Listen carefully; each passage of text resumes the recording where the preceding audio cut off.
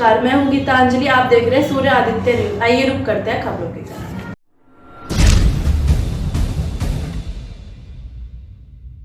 एक तरफ देश की राजधानी और आसपास के इलाके यासीन मलिक की सजा के बाद अलर्ट पर है, तो वहीं देश की राजधानी से सटे गाजियाबाद जिले में अवैध हथियारों की खेप पकड़ी गई है। पुलिस ने ऑपरेशन पाताल चलाया, जिसमें भारी मात्रा में पुलिस ने हथियार बरामद किए।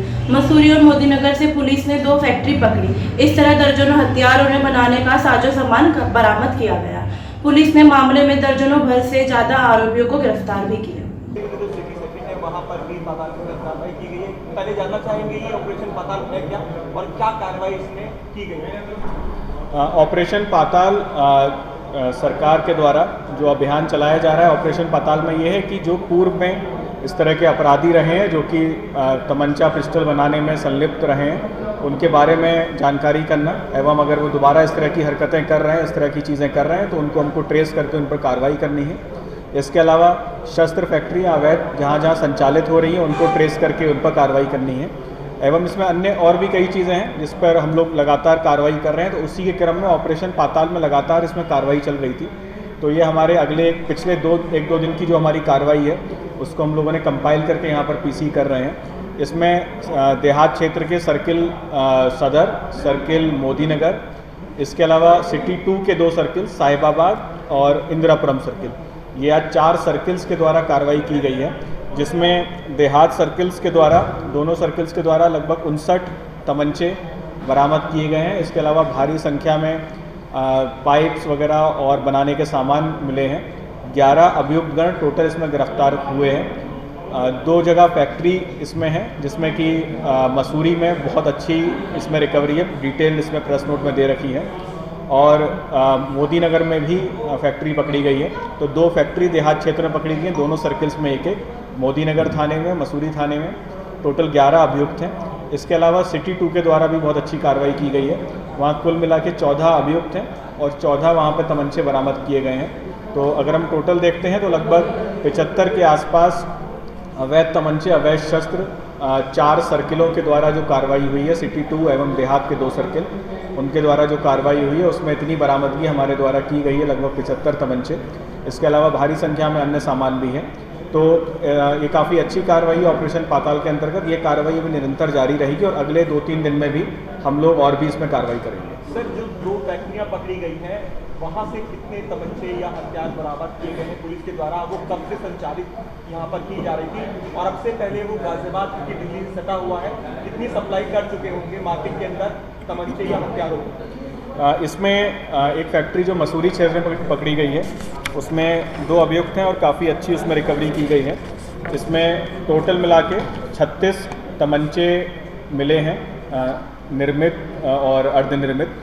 तो ये अभी कुछ ही समय से ये फैक्ट्री यहाँ पर संचालित हो रही थी, क्योंकि ये सर्वविदित है कि पिछले वर्ष हम लोगों ने गाजियाबाद जनपद, कुछ ही समय से ये फैक्ट्री यहाँ पर संचालित हो रही थी, क्योंकि ये सर्वविदित है कि पिछले वर्ष हम लोगों ने गाजियाबाद जनपद में 7 शस्त्र फैक्ट्रियाँ पकड़ी थी।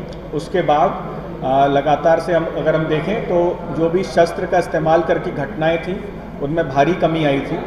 और ऑपरेशन पाताल की जब से घोषणा हुई थी तब से हम लोगों ने चिन्हित करके ऐसे टारगेट्स को हमने फिर से चिन्हित किया था, और इन लोगों ने चोरी छुपे जहाँ जहाँ फिर से अपने इस तरह से कारोबार अपना शुरू किया था, तो एक बार फिर से हम लोगों ने उनके ऊपर कार्रवाई की है। इसके अलावा मोदीनगर में जो फैक्ट्री मिली है उसमें 6 निर्मित शस्त्र एवं 5-6 अर्धनिर्मित शस्त्र बरामद हुए हैं।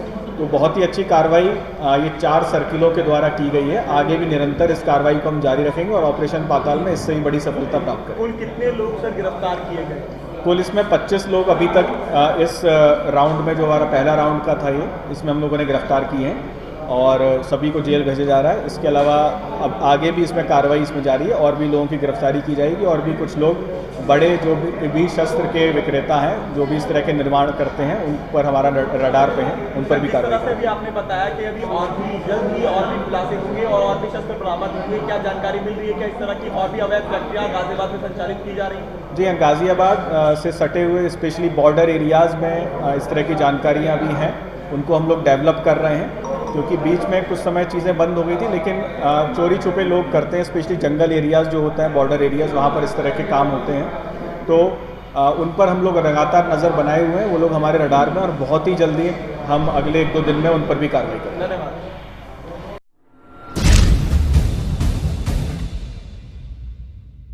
उत्तर प्रदेश सरकार का वर्ष 2022-23 के बजट पर उत्तर प्रदेश सरकार के पिछड़ा वर्ग कल्याण एवं दिव्यांग जनशक्ति मंत्री नरेंद्र कुमार कश्यप से बात की हमारे संवाददाता ने। सर, सरकार का वर्ष 2022-23 का बजट रखा गया है, क्या कहेंगे, क्या प्रतिक्रिया इस पर? योगी सरकार के, योगी जी की दूसरी सरकार का पहला बजट 2022-2023 के लिए आज उत्तर प्रदेश के वित्त मंत्री श्री सुरेश खन्ना जी के द्वारा पेश किया गया। बजटीय व्यवस्था के अनुसार इस बार के बजट में 6,15,000 करोड़ से भी अधिक का बजटीय व्यवस्था की गई है। मेरे विचार से उत्तर प्रदेश की राजनीति में, उत्तर प्रदेश के इतिहास में योगी जी की सरकार का ये सबसे बड़ा बजट है, सबसे बड़े बजटीय व्यवस्था के आधार पर है। और इस बजट में विशेष तौर से उत्तर प्रदेश की 25 करोड़ जनता के सर्वांगीण विकास को ध्यान में रखते हुए, चाहे वो मजदूर हैं, किसान हैं, गरीब हैं, छात्र छात्राएं हैं, कारोबारी हैं, बिजनेसमैन हैं, पिछड़े वर्गों के लोग हैं, दलित हैं, कमज़ोर हैं, अक़लियत समाज के लोग हैं, यानी उत्तर प्रदेश के प्रत्येक वर्ग समूह और व्यवसाय शिक्षा से जुड़े हुए लोगों के लिए ये बजट बहुत ही उपयोगी होने वाला है। जो विभाग योगी जी की सरकार में मुझे दायित्व के रूप में मिले हैं, मैं मुख्यमंत्री जी का आभार व्यक्त करना चाहता हूं इस बात के लिए कि 2022-2023 के बजट में योगी जी ने पिछड़ा वर्ग कल्याण और दिव्यांगजन सशक्तिकरण दोनों ही विभागों में बजटीय व्यवस्था में वृद्धि की है।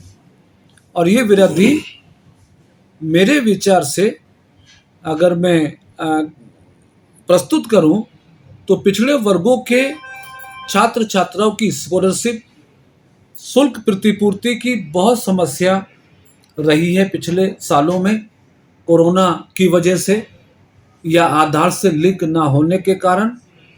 तो पिछले समय में उत्तर प्रदेश में पिछड़े वर्गों के बच्चों की स्कॉलरशिप और शुल्क प्रतिपूर्ति के लिए बजटीय व्यवस्था अनुमानित 1200 करोड़ के आसपास होती थी, लेकिन इस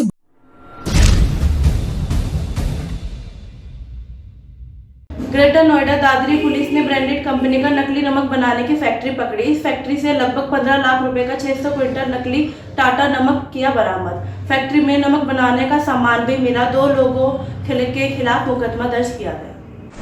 ये टाटा सॉल्ट कंपनी वालों की तरफ से ही कल एक शिकायत आई थी, जिसमें तत्काल मेरी टीम को वहाँ भेजा गया था कस्बा दादरी में। वहाँ पर एक अवैध टाटा नमक बनाने वाली एक फैक्ट्री जो है पकड़ी गई है, और उसमें भारी मात्रा में लगभग 600 क्विंटल का ये जो नकली नमक है यह बरामद हुआ है।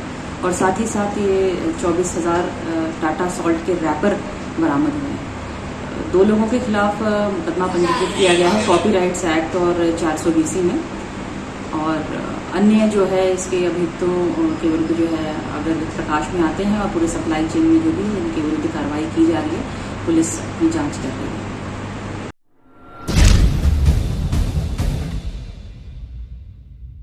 आज के लिए खबरों में बस इतना ही। कल फिर होगी आपसे मुलाकात। हमारे चैनल को लाइक, शेयर और सब्सक्राइब करें। नमस्कार।